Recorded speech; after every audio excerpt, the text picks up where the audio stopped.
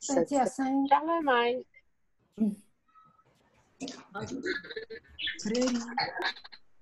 Chidélec, Tenzin. Chidélec. Chidélec, Lama. Chidélec. Ils sont là, les papas. Ils sont là. Ça y est, les voilà. Ah, excellent. Hey, bonjour. Bonjour, Jason. Bonjour, ça va? Bonjour, Ça va? bonjour. Bonjour. Ah, mon Dieu. Belgique, Catherine. Bonjour. Bonjour, Thomas.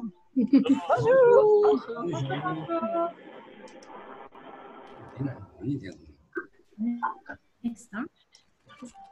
Mon Dieu, Mon Dieu, il y en a du people. Wow.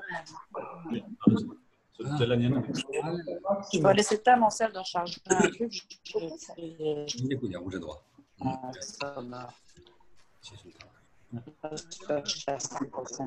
Moines, ils viennent d'où les moines? Est-ce qu'ils viennent de Montréal ou d'ailleurs? Non, paradis.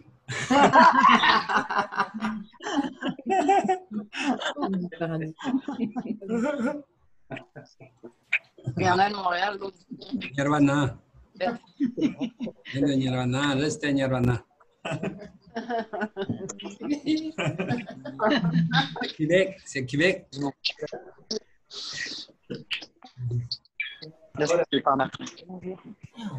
Bonjour, Lama. Bonjour, Jason. Bonjour. Bonjour à tous.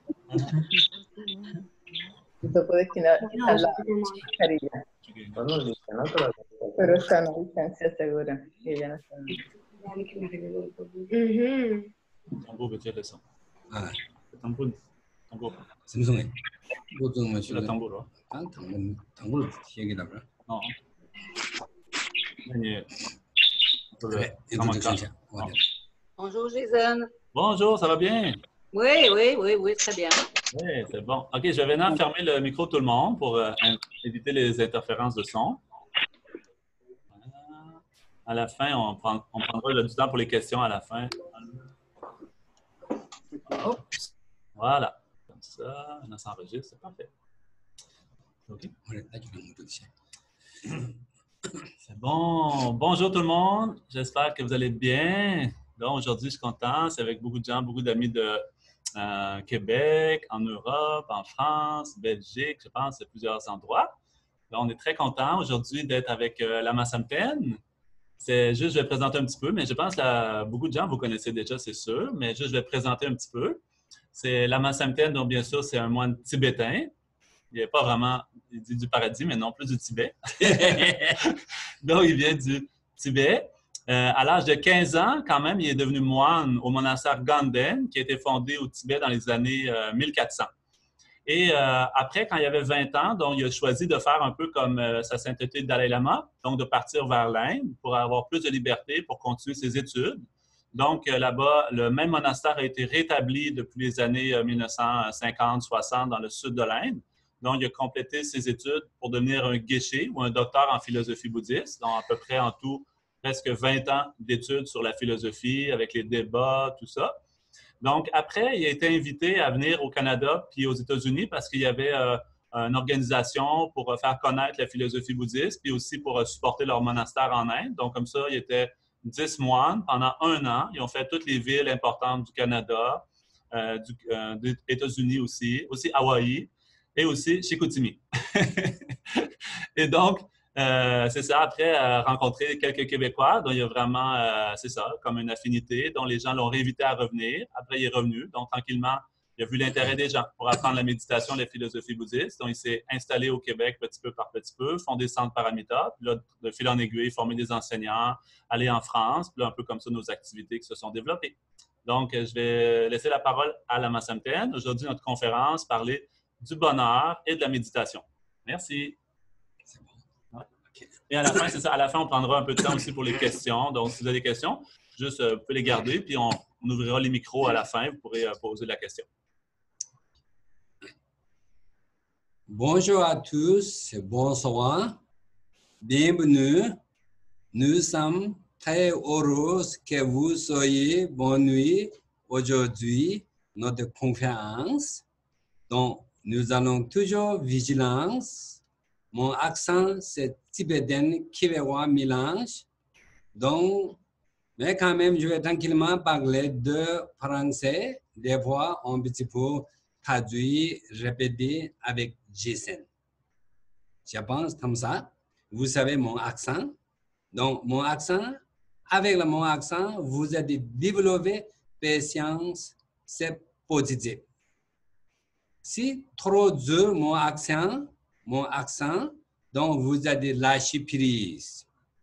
Encore le bonhomme. Il a bonne chance.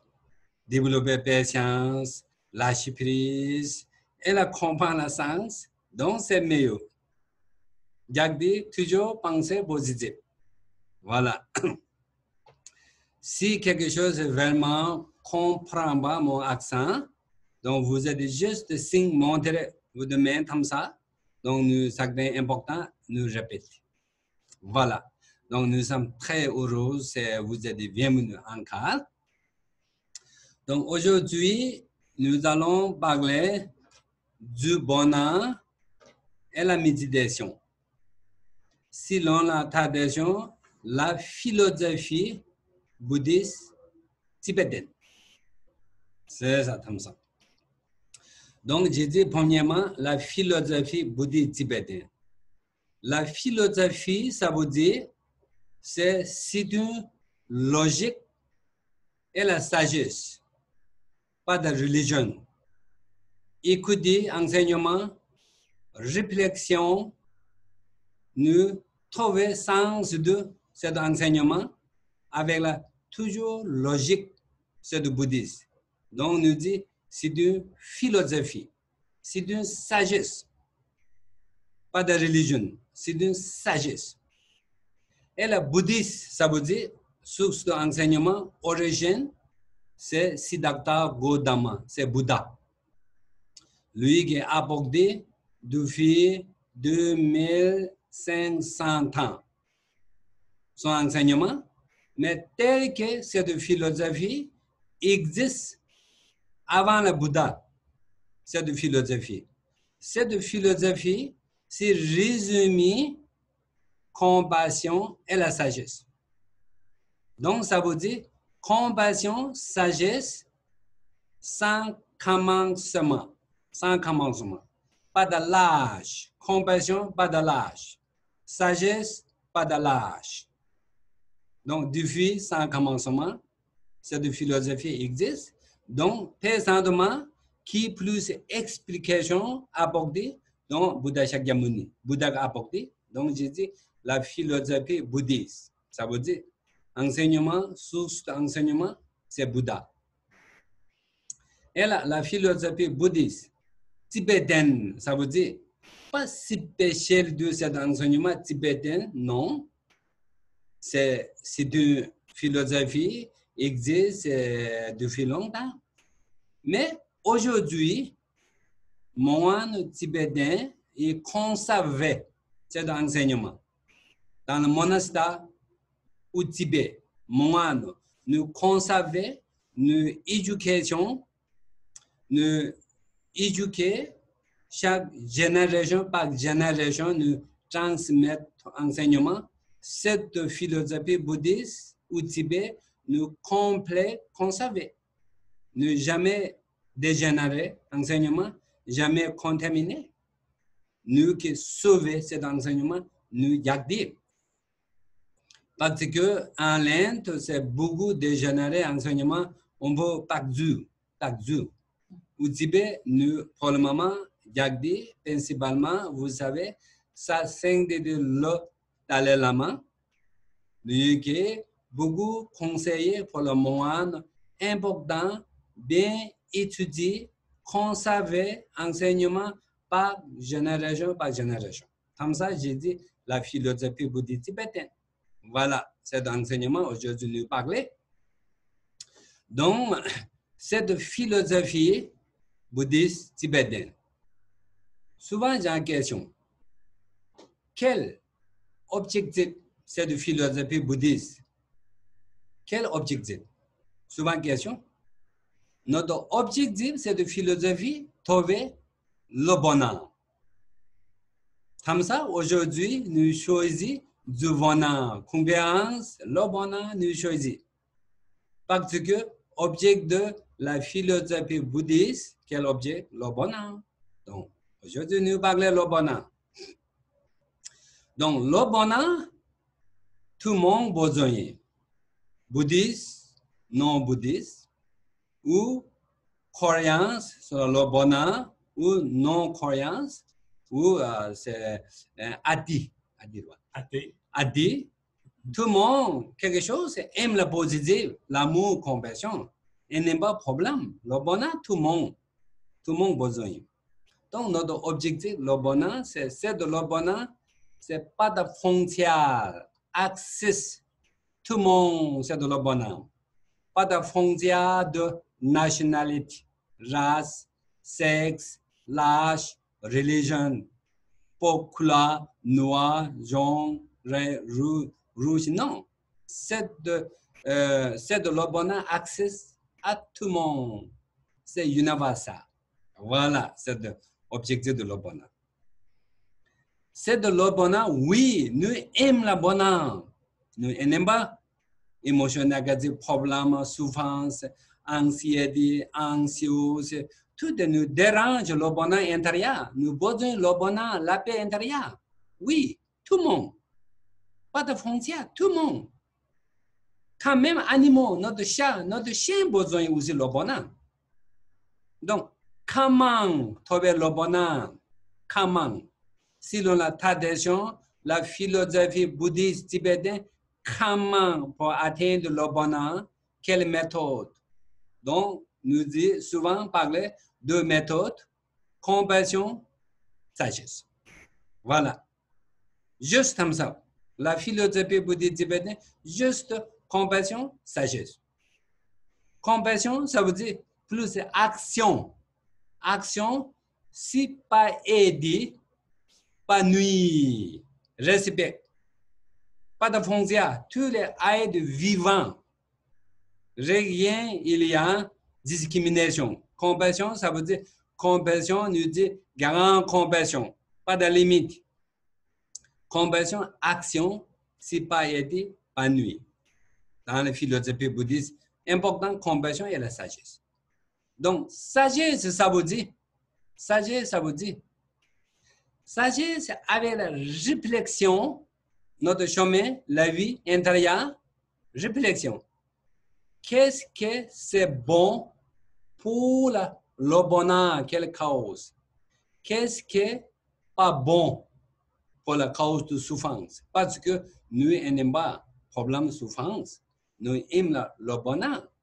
Donc, ça va, quelle sorte de positif, quelle sorte de négatif. Ça dépend avoir la sagesse. Sagesse que nous choisissons chemin sur le positif. Meilleure la vie.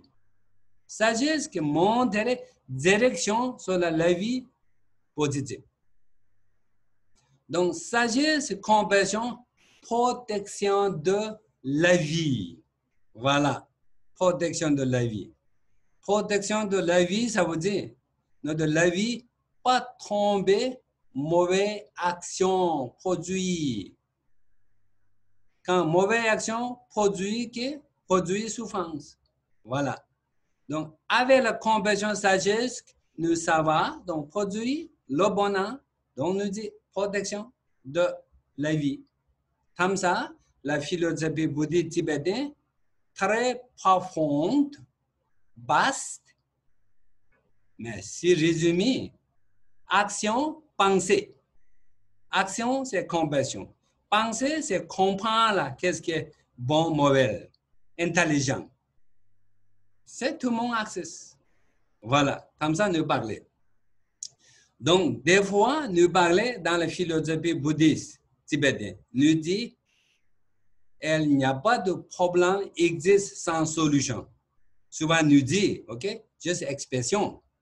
Oui, il n'y a pas de problème existe sans solution, mais moi, problème. Moi, problème. Pourquoi? Je suis dans le chemin bouddhiste depuis longtemps, mais je suis problème. Comment? C'est sens de c'est problème de pas de compassion, pas de sagesse, c'est problème soi-même. Pas bien fait sur la chemin compassion sagesse, pas bien fait. Donc nous qui tombons, certains erreurs chemin. Donc il y a résultat, il y a problème. Donc nous dit solution. Solution, ça dépend de notre sagesse. Si nous avons la compassion avec la sagesse, ça veut dire toutes les solutions, aucun problème. Il n'y a pas de problème parce que vous avez la solution, protection, compassion, sagesse. Voilà, ça dépend de notre compassion, sagesse. Notre compassion, sagesse, ça dépend de notre action pour étudier, réfléchir, comprendre. Comme ça, c'est important. Comme ça, nous dit des fois, la philosophie bouddhiste tibétaine, notre meilleur guide est nous-mêmes, notre mauvais guide est nous-mêmes. Pas extérieur. Ça dépend moi-même. Moi-même, ça dépend, c'est compassion, sagesse. Voilà. Cette juste introduction terminée. Et là, nous allons parler du bonheur. Juste introduction finie. Est-ce que vous comprenez mon accent? C'est peut-être si nous besoin. Je vais juste de quelques mots, ok? Ani nganzo ge ene tini rukshung de la ani nganzo ge ta shirab da ning je tizo yang jeba chi sla shore sanje ge ne sikje da la sershen de bar da la ngai ka la wan che ku ji me sung shore den de nganzo shirab dan dembe to ne ne ning je da shirab tizo le jeba che do chi ge ne one ge ta so so gon kyomni teres. C'est la philosophie bouddhiste tibétaine, donc qui justement véhicule, donc traite de la compassion et de la sagesse surtout. Le Bouddha lui-même a dit qu'on ne doit pas accepter ces paroles comme ça, mais vraiment les soumettre à l'analyse, les vérifier, les expérimenter, etc. Donc, il a dit, par exemple, ne croyez pas mes paroles simplement à cause de ma renommée, mais vérifiez-les comme on fait lorsqu'on achète de l'or, en le coupant, le frottant, le faisant fondre. Donc, c'est comme ça qu'on devrait approcher la philosophie bouddhiste. Donc, c'est une philosophie. Donc, on ne va pas faire ces choses-là, pratiquer ces choses-là sans aucune réflexion, mais vraiment après les avoir vérifiées. OK. Donc, aujourd'hui, nous parlons de notre conférence, c'est parler du bonheur. Du bonheur, c'est très profond, c'est très grand enseignement. Mais c'est impossible aujourd'hui de parler de le bonheur. Donc, le bonheur, il y a plusieurs niveaux, plusieurs différents. Ça dépend, chaque personne différent, le bonheur trouvé. Chaque personne différent. Comme ça, nous parlons, le bonheur, il y a temporaire et l'ultime, le bonheur plus authentique. Le bonheur authentique et le bonheur temporaire. Le bonheur temporaire, ça dépend chaque personne différent, notre pensée, notre coutume, notre personne qui est intéressante, quelque chose, chaque personne différent. Voilà. Ok, on peut parler tibétain parmi eux. Pene, nganzo dewa senyende ming de yashemures. Pene, ngeke dewa tenya ngala dewa ina chonzo le peji nge dewa de chonzo le dewa cha sibe de yomares. 초란도 도야게 대화대야 나라 대화 하는 차시야게 되게 차바요 말이에요. 소속에 감당 무에터네 하는 대화 소소네 요레스 내가 대화라. 내가 대화 찍고로. 내가 대화. 달라는데 소속 감당 무배만 게 요레스. Donc pour le bonheur temporaire, en fait, c'est quelque chose qui recouvre beaucoup de sortes de phénomènes. Donc par exemple, c'est pas certain que moi personnellement, ce qui me procure du bonheur, ça va vous procurer le même bonheur. Et ce n'est pas certain que vous, ce qui vous procure du bonheur, ça va me procurer du bonheur ou procurer du bonheur à tout le monde. Donc, le bonheur temporaire, il y a plusieurs recouvrements possibles. Ce n'est pas toute la même chose pour tout le monde. OK. Exemple, je suis moi, mon bonheur, je vais couvrir mon cheveu. Donc, je suis bonheur. Je pense que vous n'êtes pas comme ça, Lobona. C'est mon Lobona. Je vais prendre de robe de mon âne. Le matin, dès que j'ai réveillé, oh, où est mon robe? Je prends de robe, oh, je suis confortable. Donc, c'est mon Lobona. Quand je vais prendre de pantalon, oh, c'est divisé, marcher, il y a quelque chose fermé, on peut diviser. Quand robe, plus facile, plus confortable. C'est Lobona pour moi, Lobona. Pour moi, c'est Lobona. Pour vous autres, pas sûr. Comprends? Donc, si vous êtes y allé, Lobona de le matin, levé, y aller dans la salle de bain, vous avez maquillage. Waouh! Vous êtes Lobona. Bon maquillage, bon billet. Mais moi, peut-être pas sûr, Lobona maquillage, je vais maquillage, Lobona pas sûr. Exemple, ok? Exemple, chaque personne est différente. Certains gens trouvent bon animal, bon chien. Il est très content, mais s'il trouve chat, il n'est pas content. Il n'aime pas chat. Quelqu'un dit, moi, j'aime le chien, il n'aime pas chat. Quelqu'un aime le chat, il n'aime pas chien. Oiseaux, animaux, conjoints. Quelqu'un aime avec conjoint, quelqu'un n'est pas sûr avec conjoint. C'est le bonheur, c'est temporaire. Le bonheur temporaire, c'est pas une chose, non, ça dépend. Chaque personne qui est différent, le bonheur. Comme nourriture, manger, restaurant, quelqu'un, c'est meilleure nourriture à la maison, mais plus le bonheur y aller dans le restaurant. Comprends? Quelqu'un meilleur, plus le temps, plus confortable, rester à la maison, vacances. Mais maintenant, quelqu'un aime ça, c'est pas confortable, voyage, sortir, c'est pas vraiment trouver hôtel, restaurant divisé, mais content, voyage. Comprends? Mais meilleur rester à la maison, plus tranquille, plus confortable, mais essayez. Comme ça, le bonheur temporaire, ça veut dire chaque personne différent, ça dépend, chacun qui est comme dans le mouvement.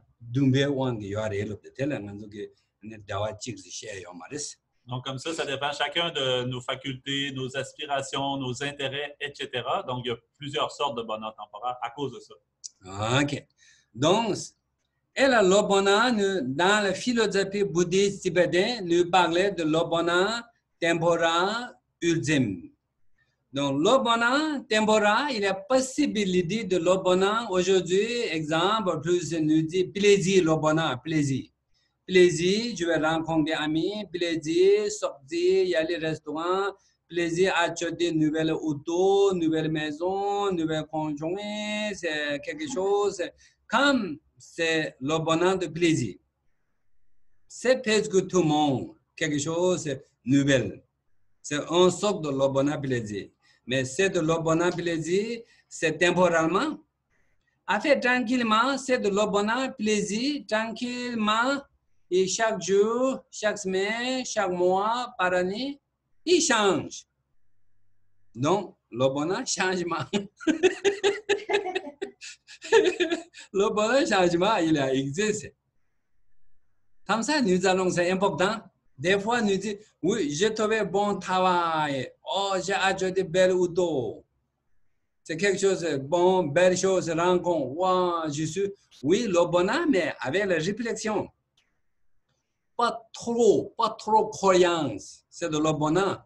Pas trop croyance. Parce que c'est de le bonheur, de changement, le bonheur. Change, ça veut dire aucune idée. Qu'est-ce qui est arrivé? Aujourd'hui, oui, le bonheur, quelque chose. Mais pas trop croyance, pas trop confiance. Si trop confiance, c'est de le bonheur, c'est quand même à partir impermanence, contamination. Pas tout le temps comme ça. Un jour, pas de choix. Pas de choix. Un jour, change, pas de choix. C'est de le bonheur, phénomène composé. Phénomène composé, ça veut dire son impermanence. On dit que tous les phénomènes composés sont de nature impermanente. Donc, ça veut dire, le premier plaisir, le bonheur, wow, je rencontre, achète des belles choses, animaux, quelque chose, trouver travail, c'est trop confiance, ok? C'est ce nature de chaque jour, par année, changer. Si nous trop confiance, ok, un jour, quand changer, nous tombons sur la souffrance. Donc, nous allons, quand nous quelque chose, trouver le bonheur, plaisir, était important. Avec la sagesse que réfléchit, oh, c'est de le bonheur, c'est phénomène composé. Phénomène composé, c'est impermanence, oh, on veut changer. Si nous pensons, avant la pensée comme ça, quand arrive, ça donne un changement. Nous, moins souffrance, moins inquiétude, moins anxiété. Comprends?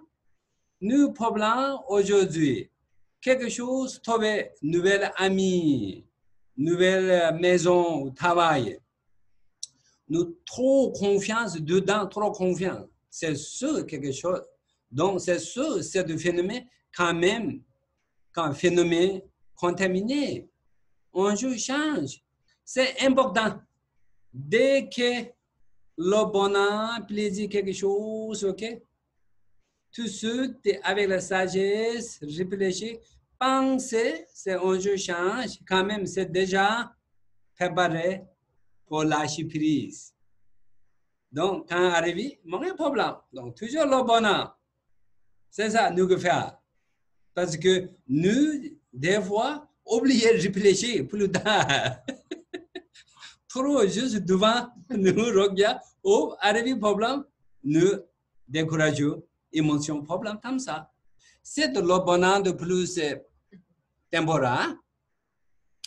Et là, le bonheur, dans la philosophie bouddhiste, nous plus parler le bonheur ultime. Le bonheur ultime.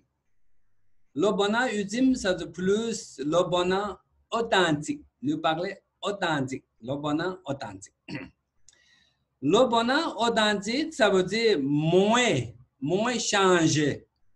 Plus rester, moins changer. Toujours comme plus solide, moins changer. Le bonheur nous dit ultime ou authentique.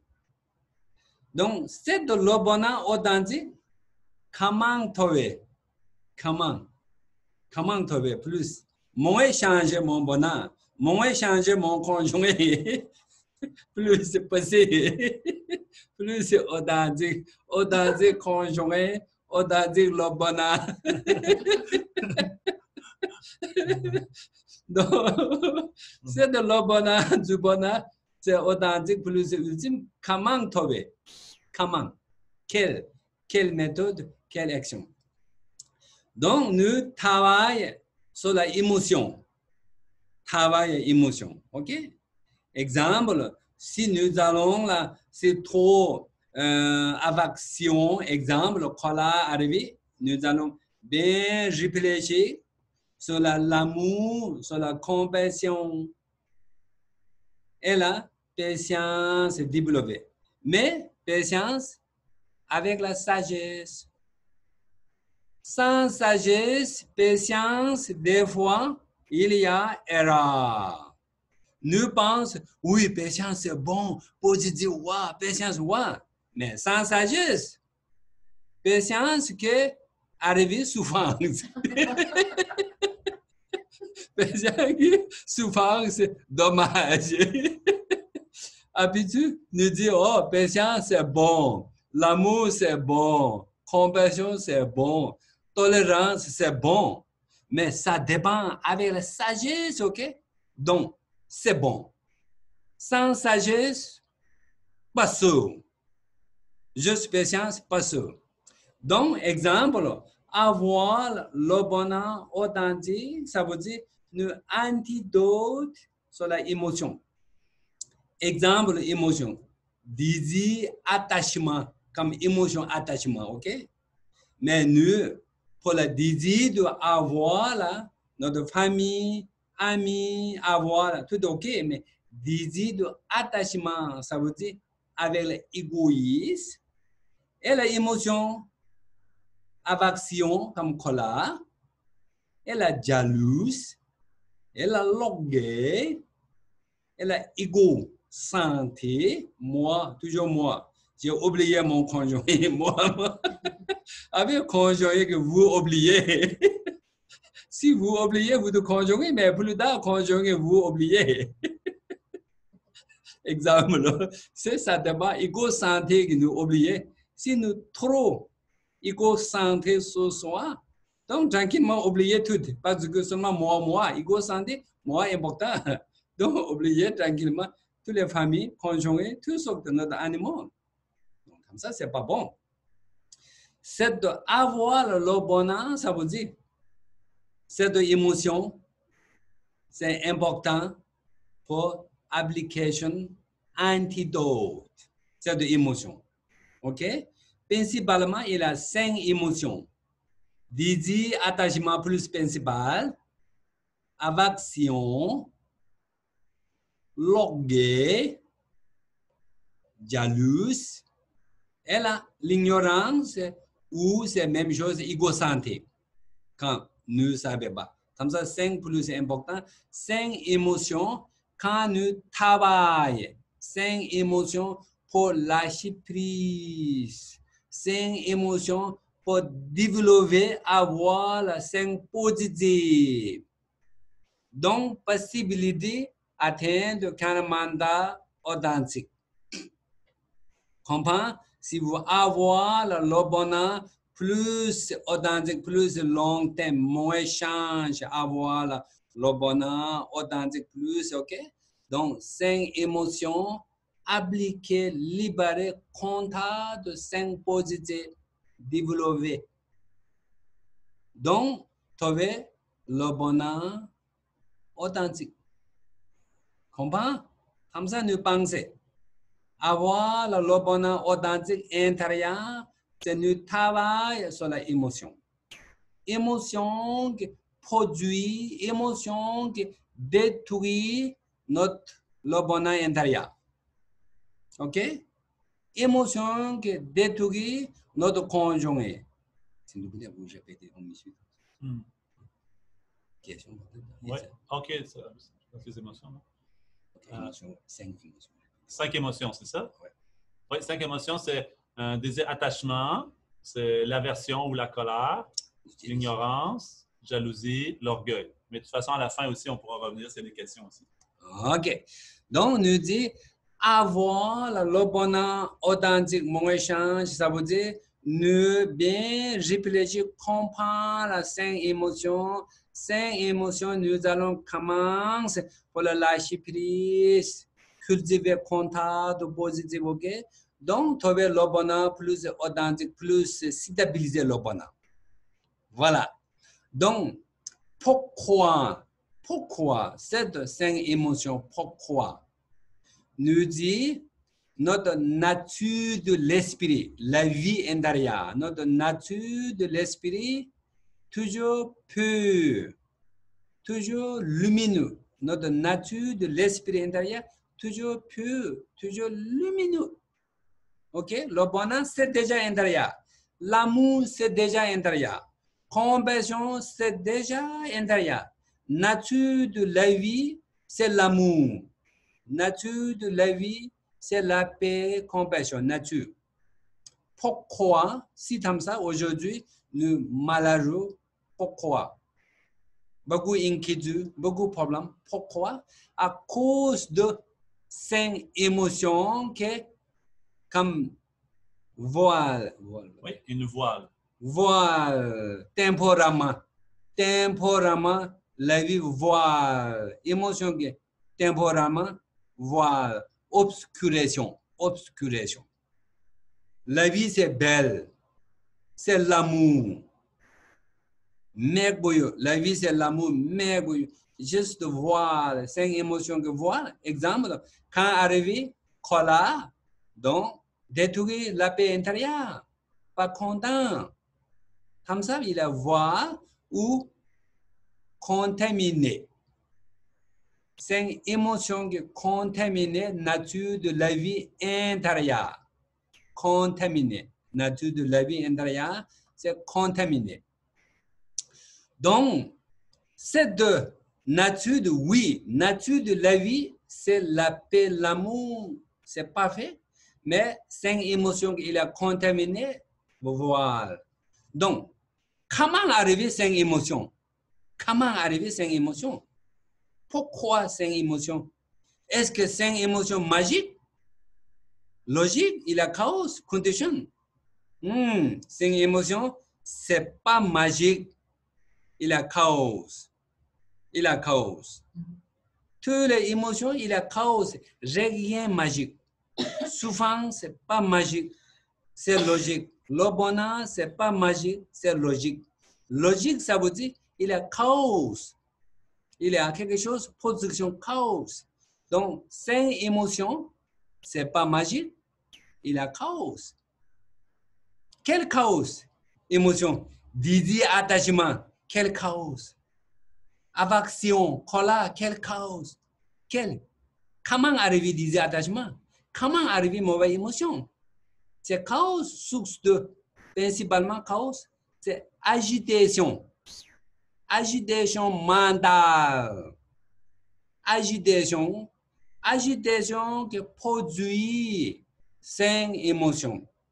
Gouverne, nous baptisons chayon quoi. Est-ce que vous voyez que tu nous bacha, nous mettons, manzo que tu as dit gymne, donc, c'est au début l'agitation mentale qui va engendrer toutes sortes de pensées, donc qui va créer des émotions négatives ou des perturbations mentales, puis qu'après, donc, ça va justement voiler l'accès à notre bonheur, donc par des formes de différentes souffrances, inconfort, etc. Donc, source de agitation mentale, Donc, agitation mentale, comment nous pour la libérer? Donc, méditation, calme mental. Donc, nous dit, dès que début, pratiquant la philosophie bouddhiste tibétaine, c'est important, méditation. OK? Pas prier. Premièrement, c'est méditation, avoir le calme mental. Calme mental qui pour libérer, essayer moins agitation. Moins agitation, moins émotion. Moins émotion, moins souffrance.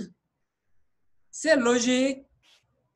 Réfléchissez, vous avez la conscience, vous avez la éducation. C'est logique. Donc, nous dit aujourd'hui, conférence du bonheur et la méditation. C'est comme méditation que trouver le bonheur. Donc, nous allons parler méditation sur la calme mental. Donc, calme mental que nous pour l'esprit intérieur moins agitation. Moins agitation, comment nous fait méditation? Donc, vigilance et la pleine conscience. Vigilance et la pleine conscience. Comment? Vigilance et pleine conscience. Donc, maintenant, qu'est-ce que c'est important avoir le bonheur authentique? Quel chemin? C'est méditation commence calmement. Je travaille pour l'agitation et le relâchement. Tout sorte pour travailler, essayer l'esprit plus avec la vigilance et la pleine conscience. Avec la pleine conscience, ne pas tomber sur l'émotion. Pleine conscience, c'est très important. Protection de la vie, conscience et intérieure protection. Si vous avez, il y a bon vigilance avec la pleine conscience. Pleine conscience, ok? Donc, l'esprit moins tombé sur l'agitation. Donc, moins émotion. Donc, puisque pas besoin de méditation. Si ça va bien, pourquoi méditation? Donc, si vous méditation, c'est important. Bon sens méditation sur la calme mental, travail pour l'agitation, relâchement, pour la libération. Donc, avoir la cultiver méditation sur la pleine conscience, vigilance, méditation sur la pleine conscience. Donc, Jean dit, oui, moi j'aime ça, méditation avec la pleine conscience, mais aujourd'hui non, parce que je vais faire dormir, affaire dormir. Souvent arrivé, ça devient paresse. Oui, j'aime méditation, ok, je comprends, mais je vais faire plus tard, peut-être ce soir, autre pratiquer, dormir, peut-être plus tard. Comme ça, des fois, nous beaucoup décourageons notre paresse. Paresse, ça veut dire facteur mental. On est l'élo, c'est n'y a simjung jigre. C'est ça, on est gumja gigzo jigre. La paresse, en fait, c'est un facteur mental, une fonction qui accompagne l'esprit, qui va être un obstacle majeur pour la méditation. Donc, ça veut dire nous voulons méditation tout de suite. Maintenant, vous voulez méditation, mais nous disons plus tard, avant mon repas, je vais marcher un peu sortir, quelque chose, toujours quelque chose, comme apporter plus tard, ça veut dire c'est paresse. Paresse, si vous avez paresse, donc méditation, on peut diviser obstacle. Oui, j'aime la méditation, mais paresse, c'est comme ça. Des fois, j'en dis, oui, je suis nord-américain, je ne suis pas bouddhiste. La méditation, ça veut dire bouddhiste. Ou je suis trop vieux, je suis occidental, je ne suis pas dans moine, ça veut dire ce n'est pas bonne raison. C'est ça, je me dis, il y a pas mal.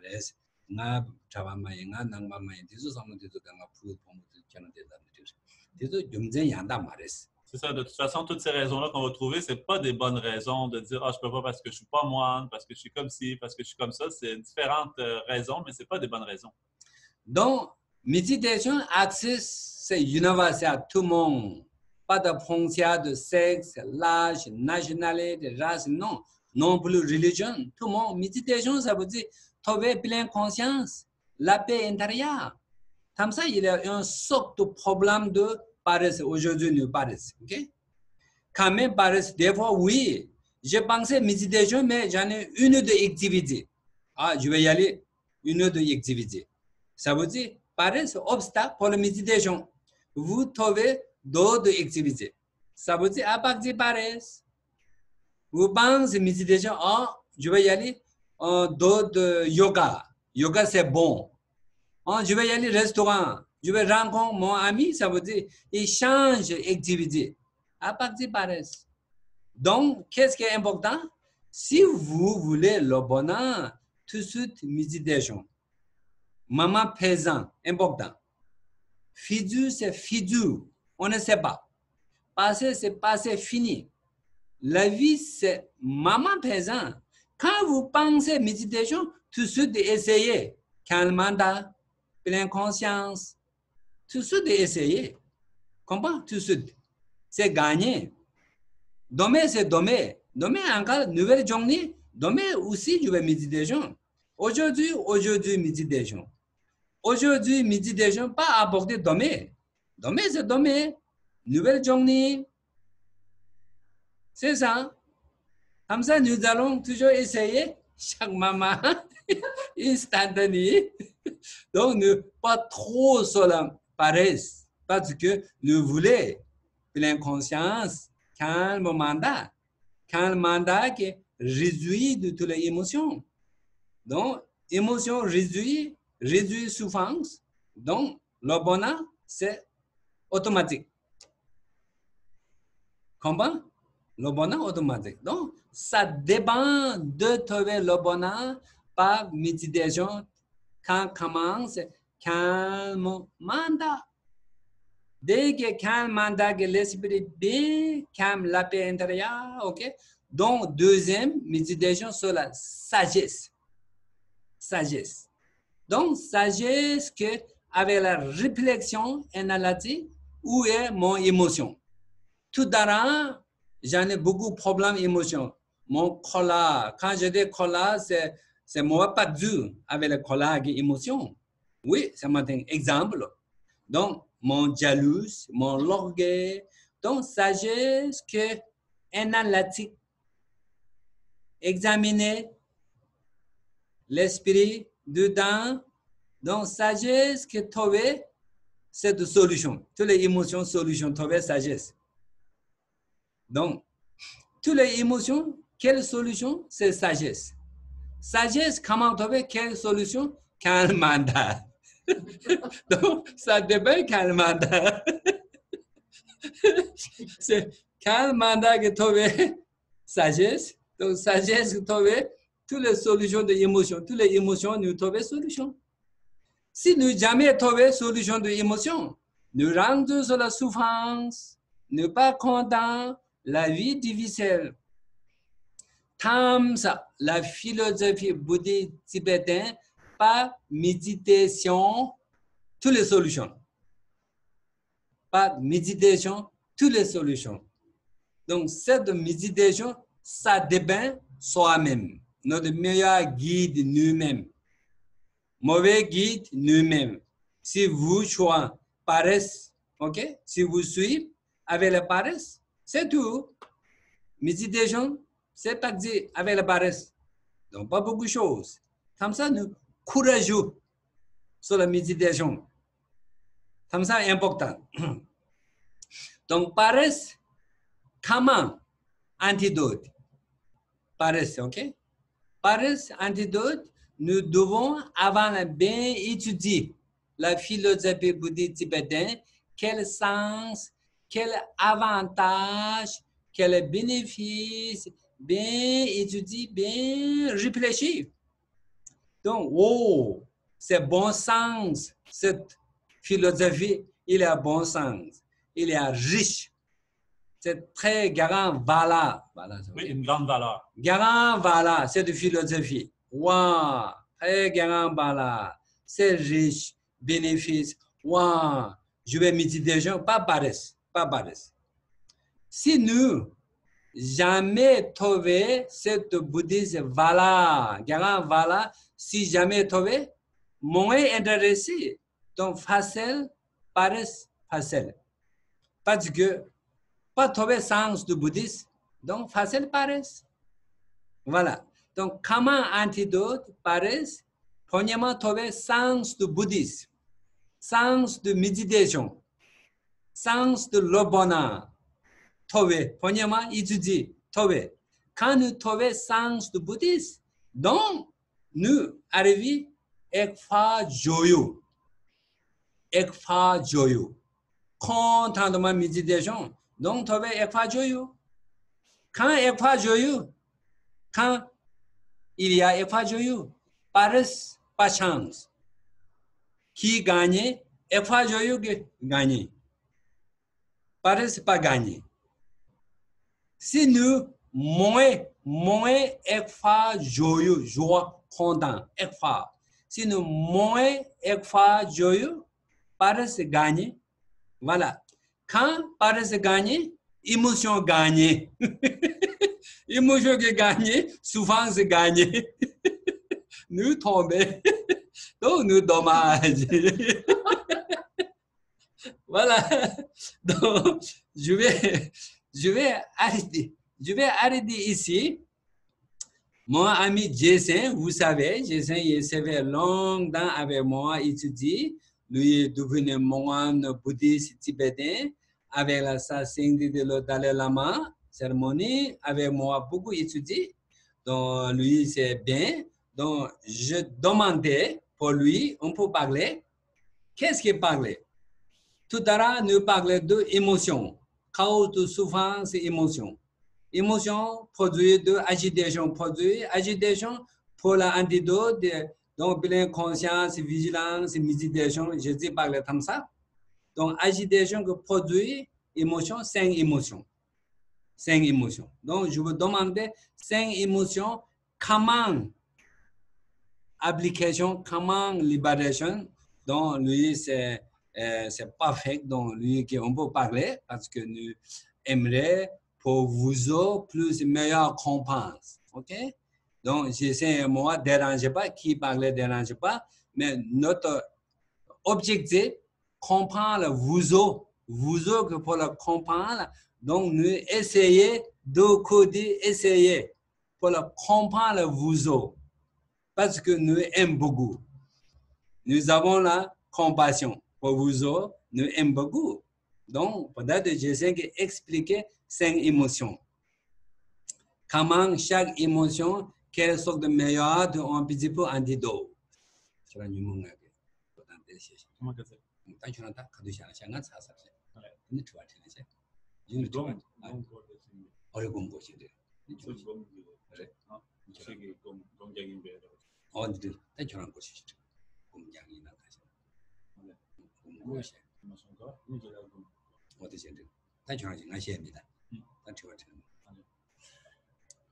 Donc, donc maintenant, c'est ça, je vais parler un petit peu des différentes émotions. Donc, tantôt, Lama Samten a parlé comme ça qu'il y a 5 émotions qui voilent notre esprit, que la nature de l'esprit est claire et lumineuse. Dans l'enseignement bouddhiste, on dit comme ça que c'est pour tous les êtres vivants, pour tous les êtres sensibles, ça a toujours été comme ça va toujours être comme ça, notre esprit. Sa nature a toujours été et va toujours être claire et lumineuse. Donc, il n'y a rien qui est négatif dedans. Donc, le sens de la méditation et de la pratique de la philosophie bouddhiste, c'est pour nous libérer de ces voiles temporaires qui font obstacle à notre bonheur. Et une fois que ces voiles temporaires sont partis, un peu comme les nuages dans le ciel, une fois qu'ils sont partis, bien là, on voit naturellement le soleil resplendir. Il n'y a aucune différence entre le soleil, la journée où il y a des gros nuages, puis la journée où il n'y a pas de nuages. Le soleil a toujours été aussi resplendissant, aussi chaleureux, aussi lumineux. Notre esprit a donc aussi été toujours de la même nature. Donc, ces émotions-là, c'est des, comme on parlait tantôt, des facteurs composés impermanents. Et donc, on peut s'en libérer. Comme on le voit, nos émotions, ils ne sont pas toujours présentes. Ils peuvent être là, par exemple, le matin, l'après-midi, le soir. Ils peuvent être là pendant quelques jours. Ils peuvent diminuer, ils peuvent augmenter. Donc, c'est bien la preuve qu'elles sont produites de façon temporaire par des facteurs composés. Donc, comme ça qu'on peut s'en libérer, bien sûr. Donc, chacune des émotions, c'est sûr, si on en parle en détail, ça sera un peu long, mais aujourd'hui, juste un petit peu un résumé. Par exemple, l'émotion qu'on appelle le désir-attachement.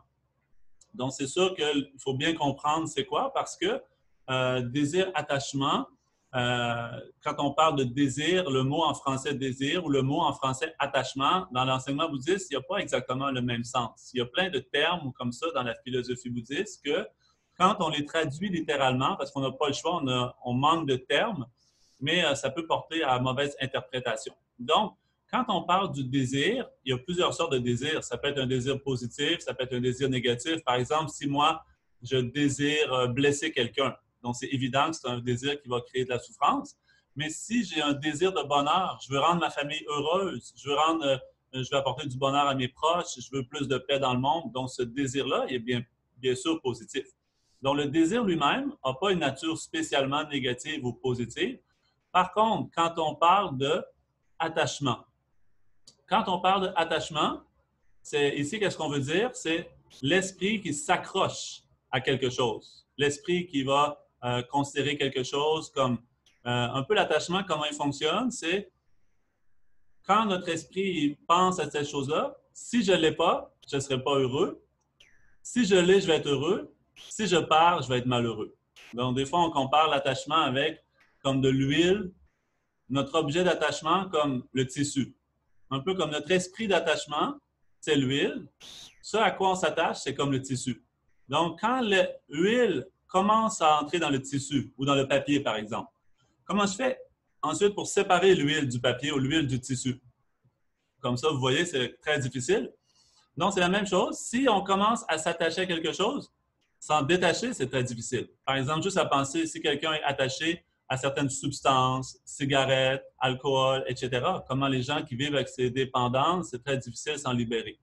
Ou on pourrait penser l'attachement pour, je pense de nos jours, j'ai vu beaucoup de jeunes aussi très attachés à leur téléphone. Alors, quelque chose comme machine. Donc, certains, c'est plus attaché au matériel. Aussi, notre attachement peut être envers les personnes. Des fois, nous, on confond un peu le sens de l'amour et de l'attachement. Qu'est-ce qui crée nos souffrances dans les relations interpersonnelles? Ce n'est pas l'amour. L'amour, dans l'enseignement bouddhiste, on dit que c'est une qualité qui est très, très importante pour le bonheur. C'est une des qualités principales pour le bonheur. Un être dont l'amour est complètement pur, on appelle un Bouddha, un être qui est complètement éveillé, dont lui, il n'y a plus de souffrance. Donc, pourquoi il y a peu de souffrance? Parce que son amour est à son plus haut niveau, mais cet amour-là, il n'est pas pris dans l'attachement. Donc, nous, qu'est-ce qu'on vit des difficultés? C'est à cause de l'attachement. Par exemple, juste à penser, si on perd quelqu'un, quand on vit le deuil, ce deuil-là, est-ce qu'il est dû au fait qu'on éprouve de la souffrance à penser que l'autre personne souffre, celle qui est partie souffre, ou on éprouve de la souffrance plutôt au fait que nous, on a perdu ce à quoi on s'attachait? Par exemple, c'est comme si quelqu'un serait extrêmement attaché à son téléphone, vient de se faire voler son téléphone, ça se peut qu'il pleure parce qu'il a perdu son téléphone. De la même façon, on a perdu une personne qui nous était chère et on pleure aussi, puis on est triste. Puis des fois, ça peut durer même des mois, même des années que les gens vont vivre avec cette souffrance-là. Le problème, ce n'est pas la durée qui est longue ou courte, c'est vraiment l'esprit, tant qu'il va être pris dans l'attachement.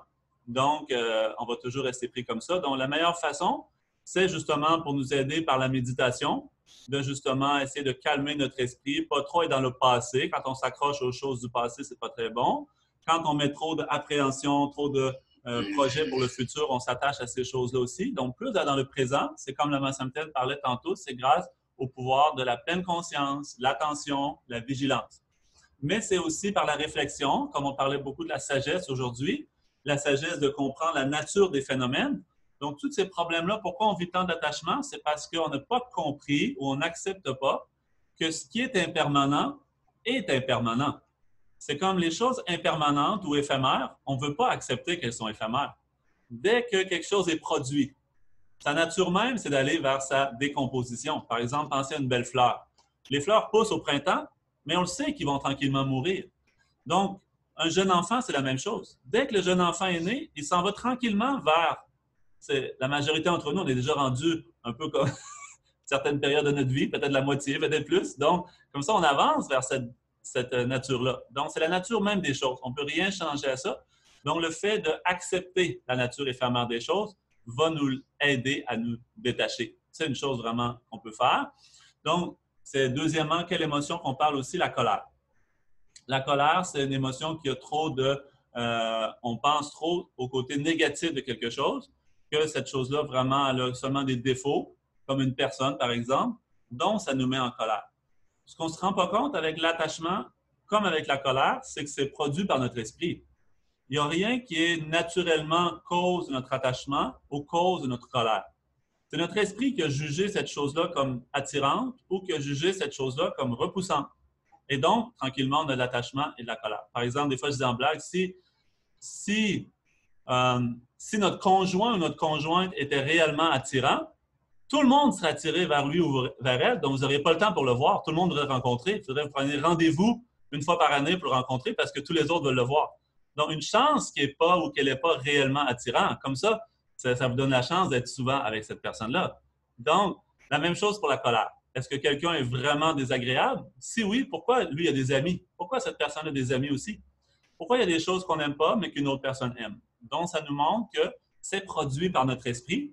Et donc, pour se libérer de la colère, c'est important, justement, c'est de développer la tolérance. La tolérance, ça veut dire vis-à-vis les choses qui nous énervent, qui nous dérangent, plutôt accepter, lâcher prise, développer la tolérance dans le sens où, comme le grand maître indien Shantideva, il dit, si quelque chose peut être fait, pourquoi être malheureux? Si rien peut être fait, pourquoi être malheureux? Donc, si vous avez une solution pour ce problème-là, pourquoi pas? C'est juste changer ce problème-là, trouver la solution. Comme on a parlé tout à l'heure, chaque problème, vu que c'est interdépendant, il n'y a aucun problème qui n'a pas de solution. Donc, vis-à-vis de n'importe quel problème, n'importe quelle situation difficile qu'on vit, vu qu'elle est interdépendante, il y a une solution. Donc, plutôt que rester pris dans la colère ou dans la souffrance, dépression, découragement, manque de joie, etc., plus s'employer à trouver une solution. Même si c'est long, quand même, notre esprit il va plus s'engager vers le positif, ça va être meilleur pour nous. Et dans le cas où il n'y aurait pas de solution, de toute façon, est-ce que ça va être vraiment utile de, encore une fois, se décourager ou être en colère? Non plus. Ça n'apportera pas d'avantage. Donc, c'est mieux d'essayer de trouver une solution. Donc, s'il n'y en a pas, quand même, rester calme, rester serein. Donc, comme ça, il y a chaque émotion, comme ça, un antidote. Aussi, c'est plus, on a parlé tantôt, l'ego. L'ego aussi, ça veut dire l'esprit trop tourné vers soi.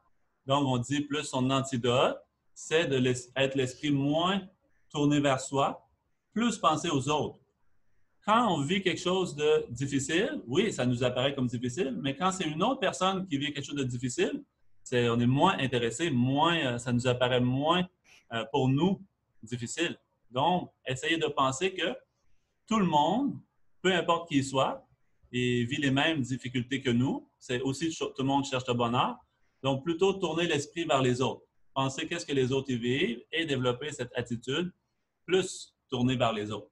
Donc, comme ça, c'est l'attitude centrée sur soi, égocentrique, plus on va développer l'attitude altruiste. Aussi, la jalousie.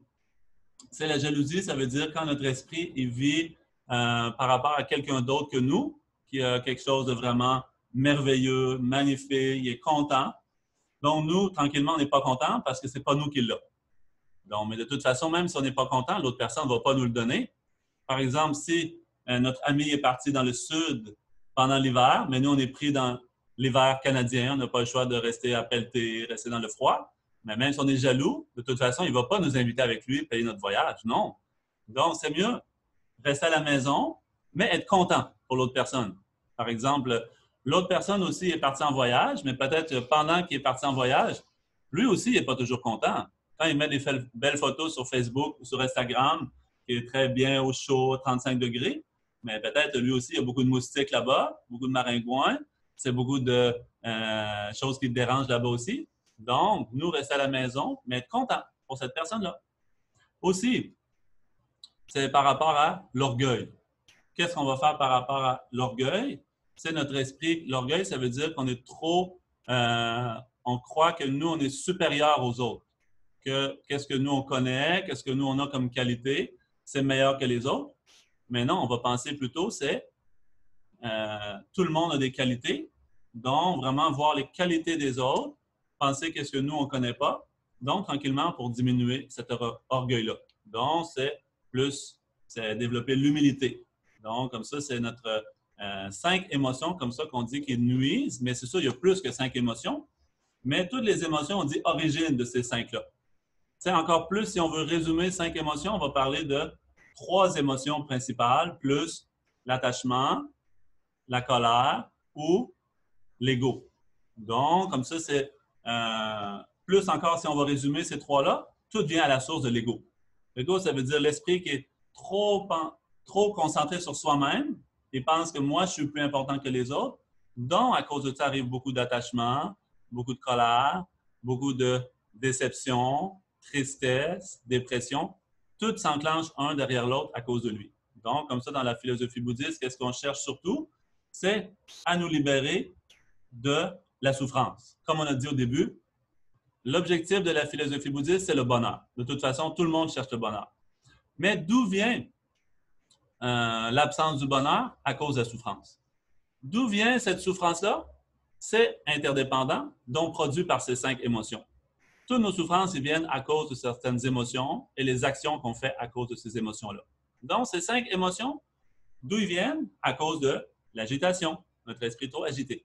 Donc, comme ça, qu'est-ce qu'on parle dans la philosophie bouddhiste pour trouver le bonheur, pour avoir accès au bonheur? Qu'est-ce qu'on doit faire? C'est utiliser notre esprit, notre sagesse, donc utiliser la méditation. Donc, premier niveau de méditation, on appelle le calme mental. Donc, grâce au calme mental, on va premièrement pacifier dans notre esprit trop d'agitation. Habituellement, OK, on dit, quand on commence à méditer, on a l'impression, qu'est-ce qui est plus principal obstacle à la méditation? C'est notre agitation mentale. Oui, c'est vrai. Au début, c'est beaucoup l'agitation. Par exemple, si vous regardez sur un tableau ici, peut-être juste un peu vers si vous regardez sur le tableau, OK, c'est un peu plus proche. Non, tantôt c'est correct, mais... Donc, sur le tableau, on voit... Il y a rien d'aller placer. Sur le tableau, on voit, OK, il y a plusieurs symboles.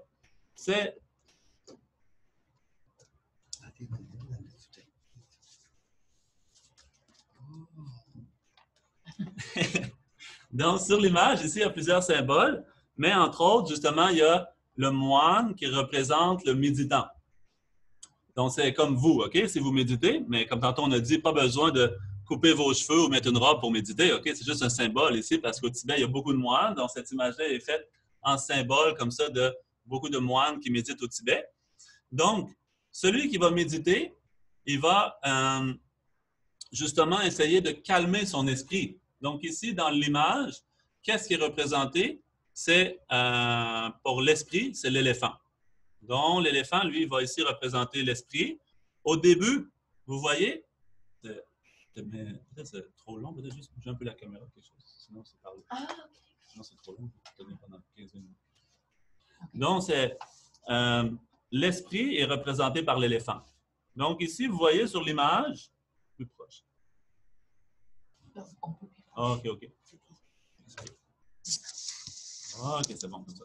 Donc, sur l'image, on voit c'est l'éléphant, il représente l'esprit. Tournez un peu la caméra. Ah. Oui, c'est ça. Ah, OK. Donc, c'est ici au début, en bas du chemin, c'est le méditant, lui, il court derrière son esprit. L'esprit est plus rapide que lui. Donc, il dit, quand on commence à méditer, on essaie d'un peu calmer notre esprit, le pacifier, mais c'est trop vite, comme pour nous, l'éléphant est vraiment trop rapide. Donc, on a besoin c'est plus la méditation pour calmer notre esprit. Donc, tranquillement, plus qu'on va avancer, vous voyez, plus qu'on avance première, deuxième, troisième étape, tranquillement, l'éléphant se rapproche du méditant. Donc, peut-être qu'au début, vous allez avoir ce sentiment-là. Tout à l'heure, on essaiera une petite méditation. Donc, quand vous commencez à méditer, vous essayez de, comme un peu, attraper l'esprit ou de calmer l'esprit, mais c'est aucun contrôle. Par exemple, un peu comme quand quelqu'un achète un nouveau chien. Donc, son chiot, il l'aime beaucoup, mais il n'y a aucun contrôle. Le chien lui dit, s'il te plaît, reste assis, viens faire ici, fais tes besoins ici. Mais non, il n'écoute pas. Il fait ses besoins sur le tapis, sur le sofa, il mange des pantoufles, il court. Si on ouvre la porte, il court dehors, donc il faut courir après. Donc, ça ressemble beaucoup à notre esprit au début de la méditation. Donc, après, tranquillement, notre esprit va devenir de plus en plus calme. Comment ça va se faire? C'est grâce aux deux outils que Lama Semten expliquait tout à l'heure. C'est l'attention et la vigilance. Donc, comme ça, dans l'image, il est représenté par le méditant dans ses mains. Il a une corde et un crochet. Donc, c'est la corde, elle représente l'attention ou la pleine conscience. Le crochet, lui, il représente la vigilance. Donc, comme ça, le méditant, il va, au début, surtout pratiquer la pleine conscience, l'attention, pour essayer d'attraper son esprit. Qu'est-ce que ça veut dire ici, la pleine conscience? Pleine conscience, ici, ça veut dire comme un facteur mental qui va être capable de maintenir notre esprit sur qu'est-ce qu'on va choisir. Donc, par exemple, pendant la méditation, vous dites, moi, j'aime ça, garder mon attention sur la respiration. Ou j'aime ça, exemple, penser à quelque chose, visualiser quelque chose. Donc, pendant votre méditation, vous avez un objectif. Qu'est-ce qui vous réussit à garder votre esprit sur votre objectif? C'est la pleine conscience, l'attention, capable de maintenir. Donc, comment c'est représenté dans l'image? Avec une corde. Comme un peu la même chose, si vous voulez garder votre chien près de vous quand vous allez marcher, c'est la laisse. La laisse, il tient votre chien proche de vous. Donc, si le chien n'est pas encore très discipliné, vous n'avez pas encore bien conseillé, donc tranquillement, le chien il veut toujours aller à gauche, à droite. S'il voit un autre chien, il court après. S'il voit quelque chose à manger, il court. Donc, comme ça, votre esprit, votre chien, vous êtes toujours en train de tirer sur la laisse pour le ramener vers vous. Donc, de la même façon, l'esprit, au début, il fait un peu n'importe quoi.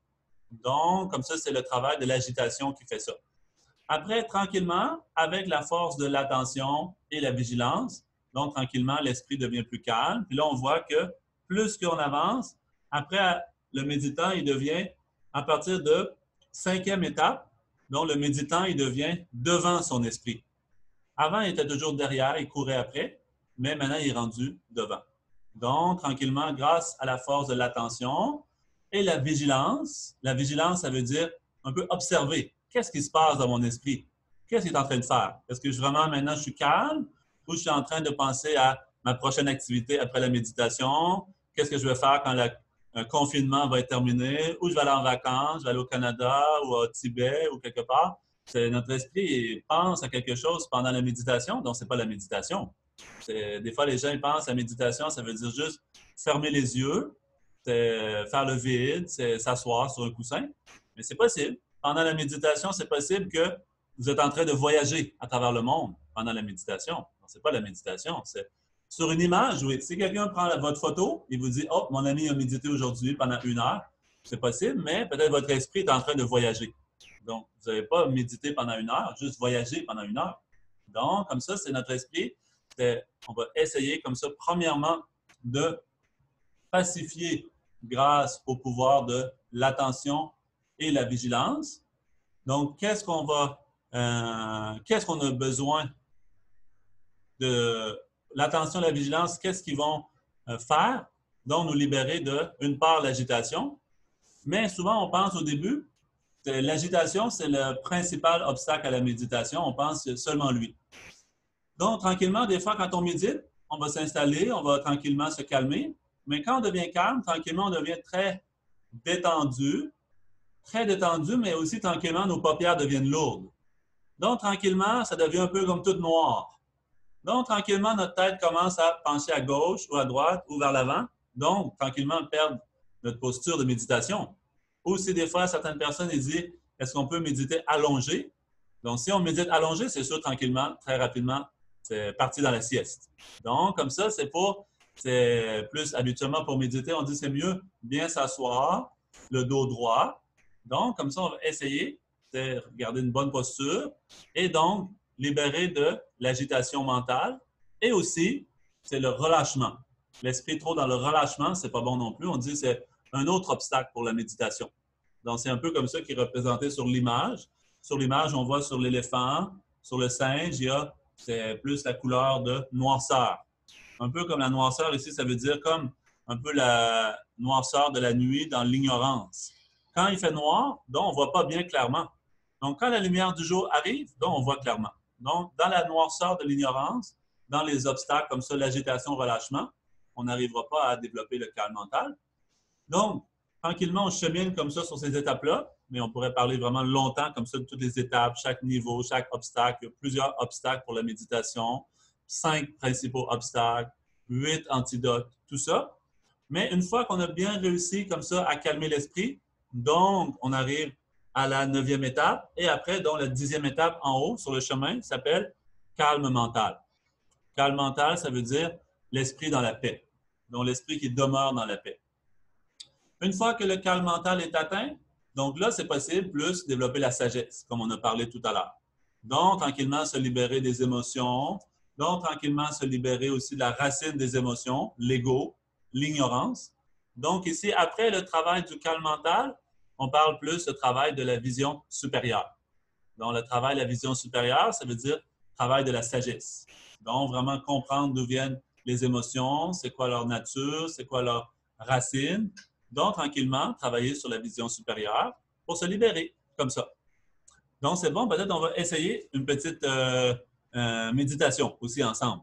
Après, on va répondre pour les questions, OK? Si vous avez des questions, j'ai vu quelques personnes ont écrit, mais tout à l'heure, on va ouvrir les micros aussi. Vous pourrez aussi ouvrir le micro pour poser des questions de vive voix aussi. C'est bon? Donc, pendant la méditation, juste prendre vous-même, c'est une bonne posture. Est-ce que vous êtes confortable? Mais essayez comme ça avec le dos droit. Donc, aussi vos yeux, on suggère habituellement pas complètement fermés. C'est bon d'avoir les yeux juste à moitié fermés. Donc, vous avez le regard qui est vers le bas pour éviter trop d'agitation, de voir trop de choses devant vous, mais aussi trop de relâchement. Dans la noirceur, peut-être vous allez tomber dans la léthargie aussi. Donc, pour éviter ça, les yeux mi-clos. Donc, vraiment juste un peu concentré sur quelques respirations et ensuite garder le calme à l'intérieur juste pendant quelques instants. Après, dans la Massentaine, quand on va terminer, il va aussi faire un petit son sur le cymbale pour après la méditation. OK.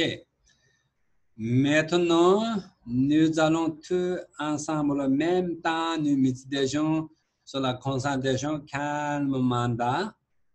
Je vais petit chant sur la calme mandat. Juste rappel sur la pleine conscience et vigilance. Pour rappel, petit chant. OK? Afin de méditation. Long be yu la yin wa xi jie jian yang da dong la zui xin zhi wai Jine lakdong zongdo andewe la, yudu jula jewa jinje lo.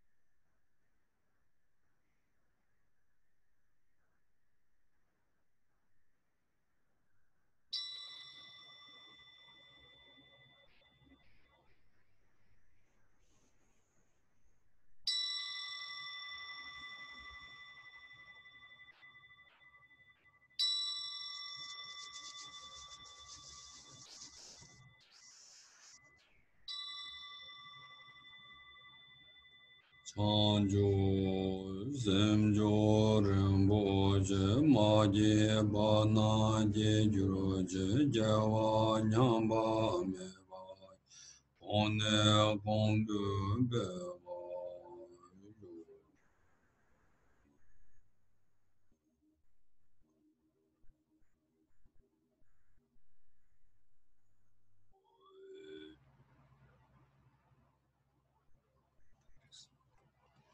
C'est bon. Donc, peut-être maintenant, on va laisser un peu de temps pour les questions. J'ai vu que quelques personnes ont écrit des questions, mais peut-être c'est bon si vous voulez les poser directement aussi. Donc, je vais maintenant donner la possibilité d'ouvrir votre micro. Vous pouvez maintenant l'ouvrir. Donc, juste ouvrez votre micro quand vous êtes posé la question. Puis, si jamais il y a des bruits chez vous, donc fermez le micro après. OK, n'importe qui, allez-y. OK, n'importe qui en premier.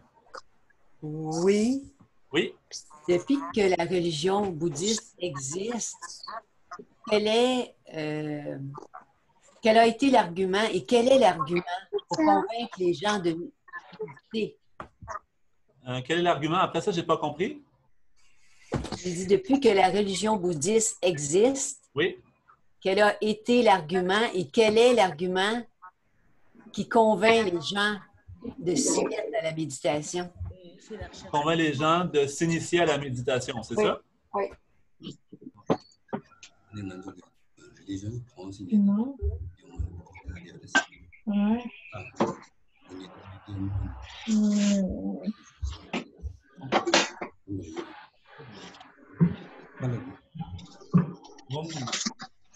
Mon 제약이 균센초를 가리고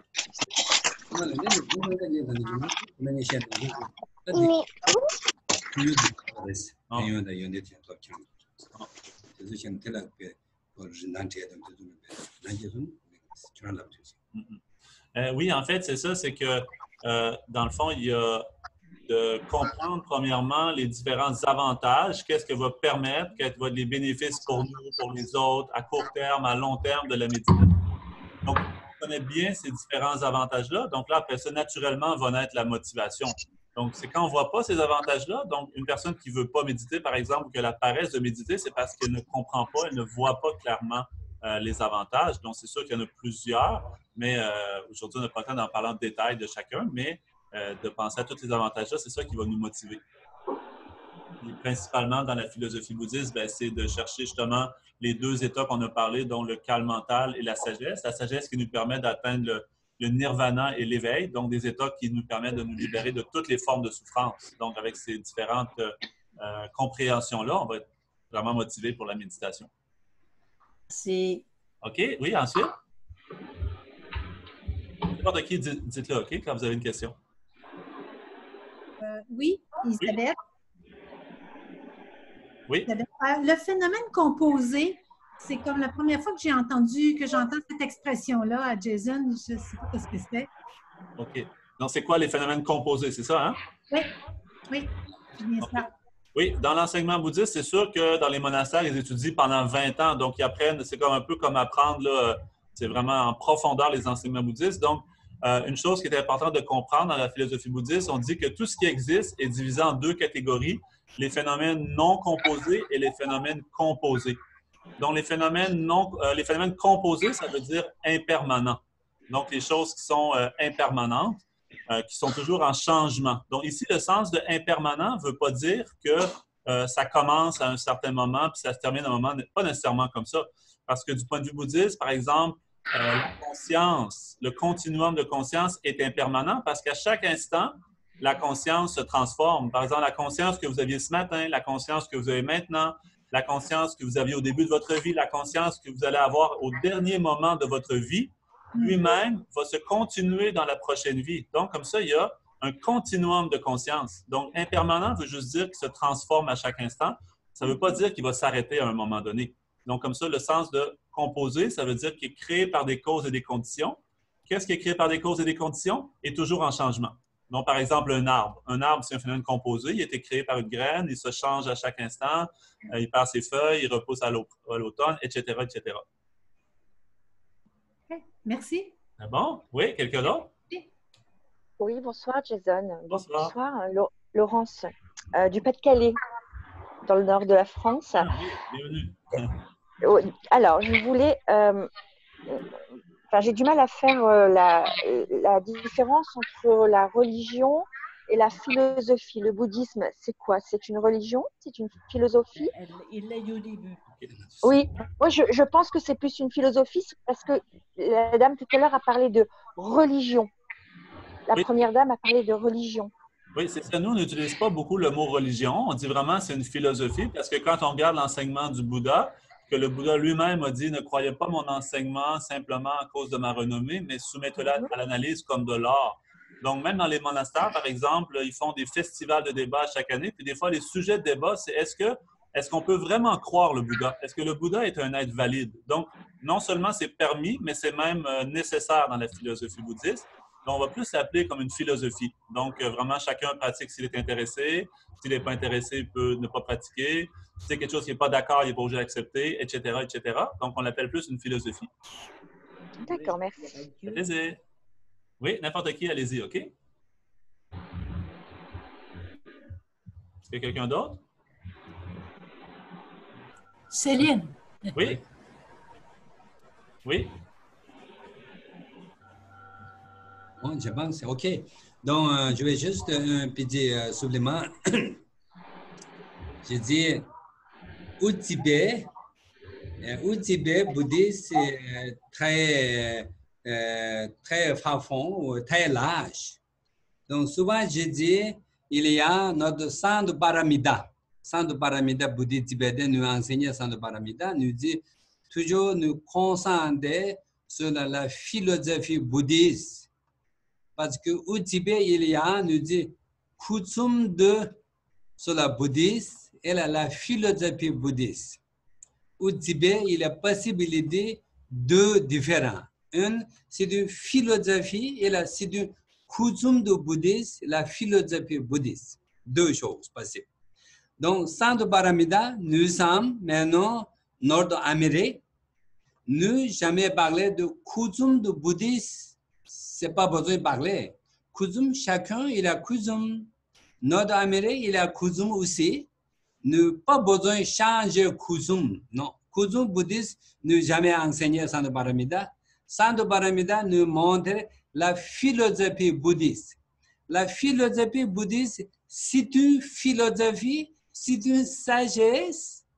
C'est un peu aider notre émotion pour trouver une méditation. Coutume bouddhiste, ça veut dire au Tibet. Beaucoup de gens y allaient dans le monastère, il a présentation, marché entourage, il a d'abord de prier, il a beaucoup de choses, cérémonies. C'est comme Abak dit, coutume de bouddhiste et la philosophie bouddhiste, c'est deux différents. Donc, nous, Centre Paramita, adapter la philosophie bouddhiste. Ne parlez pas coutume. Chacun, il y a coutume. Ne pas changer notre coutume. Nous, juste la philosophie qu'on peut aider pour le bonheur. Comme ça, nous montrer sur la philosophie. Donc, coutume bouddhiste tibétain, la philosophie bouddhiste tibétain, c'est un peu deux différents. Coutume, c'est plus adapter notre coutume, ancien coutume. Voilà. La philosophie bouddhiste, depuis 2500 ans, existe. Mais coutume bouddhiste, depuis 5700 000 quelque chose, 700 000 quelque chose, depuis longtemps, il a existé au Tibet. Comme ça, ne parlez pas coutume bouddhiste, ne parlez la philosophie bouddhiste. La philosophie bouddhiste, qu'est-ce que nous parlons Centre Paramita? C'est une logique, c'est une sagesse, c'est juste Bouddha enseignement. Voilà. Merci pour votre question plus claire. Pourquoi l'ignorance est associée à l'ego? Tu ne m'arrives pas dans l'ego. En fait, ici, on utilise des termes aujourd'hui un peu pour simplifier parce que, comme j'ai dit, l'enseignement bouddhiste, c'est très profond. Mais quand on parle de l'ego ici, du point de vue bouddhiste, on aurait deux concepts un peu qui se rejoignent. Un, c'est l'ego dans le sens de la pensée égocentrique, où est-ce que le moi est plus important qu'autrui. Donc ça, c'est évident qu'on a tous ce sentiment-là. Par exemple, juste à penser au fait que si c'est votre voiture ou si c'est votre téléphone ou si c'est votre ami qui est en danger, comment on réagit instinctivement. Mais quand ça ne nous concerne pas, on entend parler dans une nouvelle, par exemple, qu'une personne est arrivé quelque chose, ça nous touche, mais ça ne nous touche pas de la même façon. C'est beaucoup plus fort émotionnel quand c'est moi et mon côté. Donc, ça, on appelle ça la pensée de mon côté plus important que celui des autres, la pensée de l'ego, l'égocentrisme. Mais l'autre aspect de l'ego, ça, c'est plus au niveau de la perception de la réalité, où le moi semble être quelque chose qui existe de façon indépendante, autonome, par lui-même. Donc ça, dans le bouddhisme, c'est la racine même de toutes nos souffrances, c'est celle-là. Pour s'en libérer, il faut comprendre la nature profonde des phénomènes, qui est la vacuité. Puis pour ça, donc, il faut développer la vision supérieure. Donc, comme ça, on appelle cette forme de compréhension fausse du moi une ignorance. En fait, c'est la pire ignorance. C'est l'ignorance fondamentale sur la réalité que tout le monde possède. Donc, le travail de la philosophie bouddhiste, de l'enseignement du Bouddha, c'est essentiellement ça. Tout le reste étant des préparations pour nous y amener. Par exemple, on a parlé du calme mental aujourd'hui. Le calme mental, c'est juste pour apaiser les pensées, pour qu'on apaise les émotions, pour qu'on voit plus clair dans notre esprit, puis qu'on fasse ce travail de recherche intérieure de l'ego pour s'en libérer et trouver la vraie libération, ou le nirvana qu'on appelle en sanskrit, la vraie libération intérieure. Donc, c'est ça le sens ici de l'ignorance. Merci. Ça fait plaisir. Donc, tantôt, il y avait une question aussi, je pense, c'est le singe. Le singe, ici, en fait, il représente dans l'image, l'éléphant, c'est l'esprit. Le singe, c'est un facteur mental qu'on appelle la dispersion. Puis ensuite, ce qui est sur l'éléphant et sur le singe, la couleur noire qui disparaît progressivement, mais ça, c'est les obstacles du relâchement et de l'agitation. Puis à la fin, il n'y en a plus parce que l'agitation, le relâchement a été éliminé par le travail du méditant en développant l'attention, la vigilance. Je voyais tantôt une autre question aussi par rapport à quand on a des pensées, qu'est-ce qu'on fait? Mais c'est sûr que tout ça arrive parce que présentement, on n'a pas beaucoup... en Occident, il y a beaucoup maintenant de nos jours l'intérêt pour la méditation, sauf que peu de gens ont vraiment étudié la méditation. Dans les monastères, c'est ce qu'ils font. Avant de la méditation, ils vont étudier sur comment méditer, c'est quoi l'esprit, comment il fonctionne, qu'est-ce que je fais pour calmer mon esprit, etc. Une fois que je connais bien ça, comme dans n'importe quoi d'autre d'ailleurs, avant de conduire, c'est pas mal mieux de suivre un cours de conduite. Avant de faire une opération, c'est mieux de suivre un cours de chirurgie, etc., etc.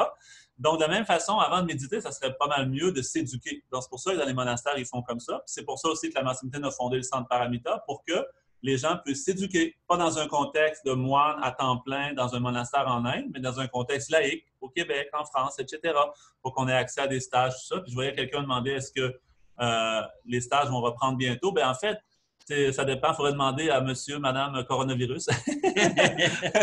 Nous, on est vraiment prêts. On est fort joyeux à y aller tout de suite donner des formations, mais le problème, c'est ça, la santé, le gouvernement, etc., qu'il faut respecter, tout ça. Donc, on va attendre un petit peu dans ce cas-là, puis on va voir dès que ça va se calmer. Mais c'est ça. En attendant, on fait en ligne, donc les cours en ligne. On a la session d'été, on va recommencer à l'automne. On va annoncer bientôt les sessions d'automne, donc en ligne et ou en personne selon le cas. Puis je voyais, est-ce que la tristesse est une émotion? Bien sûr, mais ça vient beaucoup de l'attachement. Ça vient de l'ego à la base, mais ça vient beaucoup de l'attachement. Puis quand justement on est déçu de ne pas avoir ou d'avoir perdu, etc., bien là arrive la tristesse, même la dépression, des choses comme ça. Jason? Est-ce que vous m'entendez là? Oui, on entend, oui. Vous m'entendez? Oui. Allô? Oui, vous m'entendez? Oui. Je me demandais, est-ce que dans la méditation, est-ce que c'est pas plus que simplement la respiration? Par exemple, la forme de méditation de la cohérence cardiaque, qui est une autre forme de méditation, elle dit il faut respirer par le cœur. Il y a d'autres méditations qui disent en inspirant, je me dis je m'aime. En expirant, je me dis j'aime le monde entier. Ou bien on pense à une image, comme l'image de Bouddha. Donc la méditation, est-ce que ce n'est pas plus complet si on fait autre chose que simplement respirer? Oui, c'est sûr. Dans la philosophie bouddhiste, on parle de la méditation comme principalement, c'est essayer de libérer l'esprit de trop de pensées conceptuelles. Donc ça, c'est comme le premier niveau. Mais après, il y a d'autres niveaux de méditation aussi qu'on appelle plus la méditation analytique.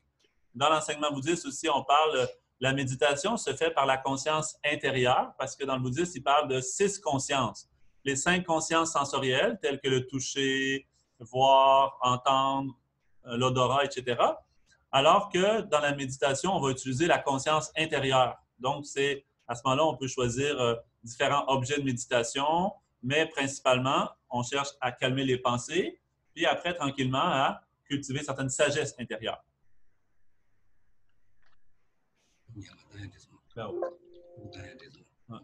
J'avais une question.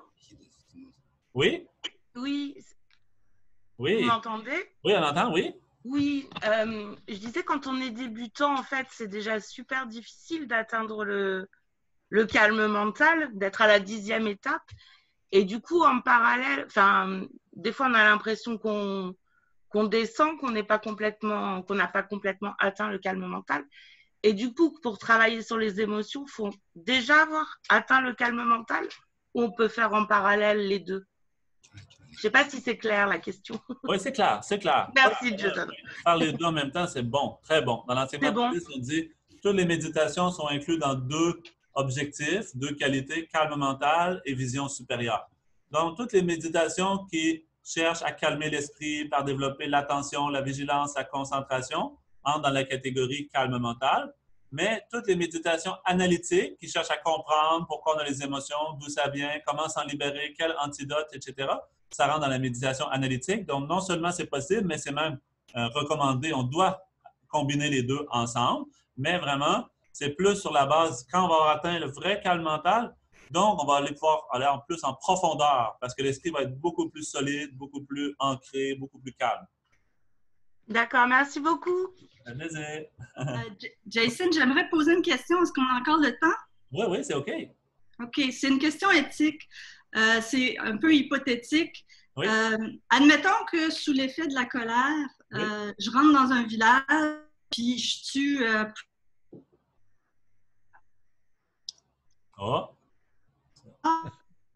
chez nous et puis je rencontre un maître bouddhiste tibétain et puis, est-ce que tu m'entends? Oui, ça a comme coupé. Ça a comme coupé. Okay. Tu rentres dans le village, vraiment tu tues plein de monde, après ça, tu rencontres un maître, c'est ça? C'est ça, je rentre chez nous. Après, quelques semaines plus tard, je rencontre un maître tibétain bouddhiste, puis j'apprends la méditation, le calme mental. Oui. C'est quoi, sur le plan éthique, c'est quoi le niveau de responsabilité qu'on a par rapport à des actes qu'on a commis dans le passé à partir du moment où on commence à entreprendre un cheminement sur la voie bouddhiste tibétaine? Oui, dans l'enseignement bouddhiste, on dit, c'est sûr, quand on parle d'action, OK? Action en sanskrit, c'est le mot karma, OK? Karma, ça veut dire en français action. Donc, quand on parle d'action, c'est aussi un phénomène composé. Donc, il y a toujours une cause et un effet. Donc, dans l'enseignement bouddhiste, on dit qu'est-ce qu'on expérimente, qu'est-ce qu'on vit, c'est des effets de nos actions passées. Tout ce qu'on fait maintenant va avoir une conséquence future. Donc, bien sûr qu'on est des êtres humains, puis des fois, à cause de l'ignorance puis des émotions, on peut faire des erreurs. Et ces erreurs-là vont créer des effets négatifs. Donc, pour cette raison-là, on parle de l'importance de la purification. Quand on se rend compte qu'on a fait certaines erreurs, par exemple quand j'étais plus jeune ou même aujourd'hui, j'ai fait certaines erreurs, donc dès qu'on s'en rend compte, tout de suite purifier. Purifier, ça veut dire dans l'esprit, vraiment dans l'esprit, comme vraiment je me suis trompé. Donc, si c'est avec quelqu'un, on peut aller directement s'exprimer à la personne, pas de problème, mais des fois, c'est plus, ça nous concerne nous-mêmes. Donc, purifier du fond du cœur, regretter, de dire, OK, maintenant, dans le futur, je vais faire attention, c'est pas très bon pour moi, c'est pas bon pour les autres, etc. Donc, comme ça, il y a des histoires dans la vie du Bouddha, même quelqu'un qui avait tué plusieurs centaines de personnes. Après avoir rencontré le Bouddha, donc, il a vraiment changé, vraiment, il a regretté, il a développé beaucoup d'amour, beaucoup de compassion pour ceux qui ont fait souffrir. Vraiment, il a demandé sincères excuses. Après ça, il a fait du bien pour les aider, ces personnes-là, tout ça. Dans la même vie, donc, il a atteint Nirvana. Donc, on a quand même une responsabilité. Admettons pour les villageois que j'ai tués, là, oui. Admettons que j'ai quand même une responsabilité d'aller réparer un peu. Là. Je ne peux pas juste comme m'en aller puis faire de la méditation puis vivre dans le moment présent. Non, c'est tout ce qu'on fait, action négative. Si on ne purifie pas, plus tard, le résultat revient toujours vers nous. OK. Merci. Un plaisir. Bonjour, Jason. Oui. C'est Marie-Chantal, c'est la 2e fois que je suis là. Merci beaucoup pour vos enseignements. C'est toujours un grand plaisir et une grande joie de le partager avec tout le monde. J'ai 2 questions. Oui. La première, tout à l'heure, tu as parlé des 8 antidotes aux 5 émotions. Est-ce que tu pourrais les énumérer, s'il te plaît? Puis ma deuxième question, au début de la méditation. Un peu, je l'ai nommé, mais de toute façon, juste les termes, ça ne va pas dire grand-chose, OK? Parce que pas vraiment pour les 5 émotions non plus. J'ai parlé plus des 5 obstacles pour la méditation. Okay? C'est une autre chose différente encore, OK? C'est nous, comme habituellement, on donne plus la formation 5 jours sur le calme mental, le stage complet, plus avec le temps de pratique, tout ça. Sinon, des fois, on nous donne comme résumé en 2 jours, 3 jours, ou les cours. Sinon, les cours sont complets aussi pendant 12 semaines, OK? Ou quelque chose. Dans le futur, c'est mieux comme ça parce qu'aujourd'hui, juste, je vais dire les termes, mais ça ne donnera pas grand-chose comme information. Je comprends. OK. Puis la deuxième question, c'était au début de la méditation et à la fin, le chant. Qu'est-ce que ça veut dire et est-ce qu'il est toujours le même?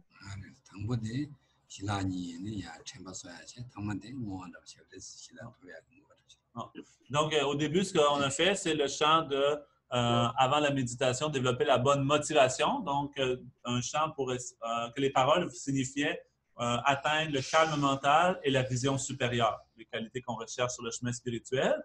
Après, dans la méditation, on fait une dédicace ou un souhait de partager cette énergie-là pour l'éveil de tous les êtres sensibles. Donc, comme ça, on fait souvent, OK? Pas nécessairement toujours la même chose, mais au début, c'est toujours pour la motivation, la meilleure possible, puis à la fin, toujours pour dédier. Merci beaucoup. Bon, OK, je pense qu'on va tranquillement peut-être... Vous voulez voir comment vous demandez? Comme première étape, hein, faut d'abord guérir l'ego. Bon, l'ego vient des problèmes de l'enfance. Ah, donc, c'est l'enfance qui crée les problèmes de l'ego. Donc, est-ce que la première étape n'est pas de s'aimer soi-même? Ça paraît bête, ce n'est pas si facile. Et une fois qu'on s'aime soi-même, est-ce que ce n'est pas la condition pour aimer les autres et avoir de la compassion? Parce qu'on mélange un peu de tout ici. J'aime beaucoup votre exposé, mais ce serait bien de structurer la méditation en plusieurs étapes. Et moi, je trouve que la première étape, c'est s'aimer soi-même.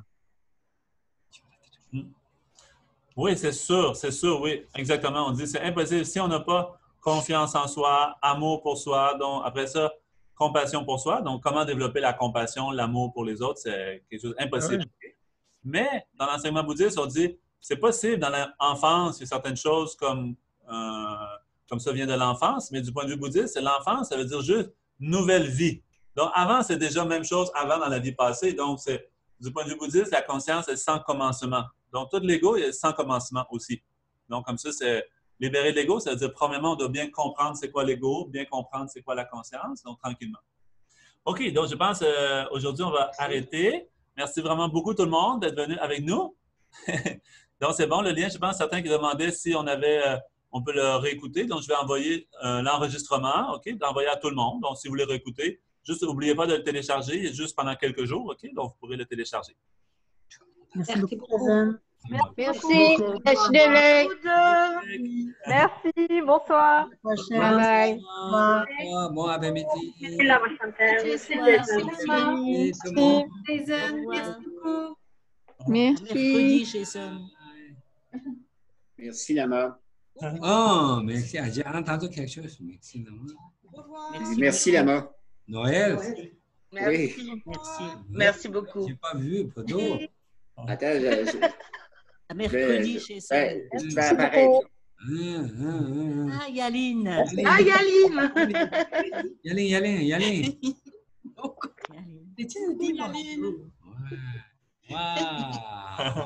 Boule de coton. Il s'appelle boule de coton. Boule de coton.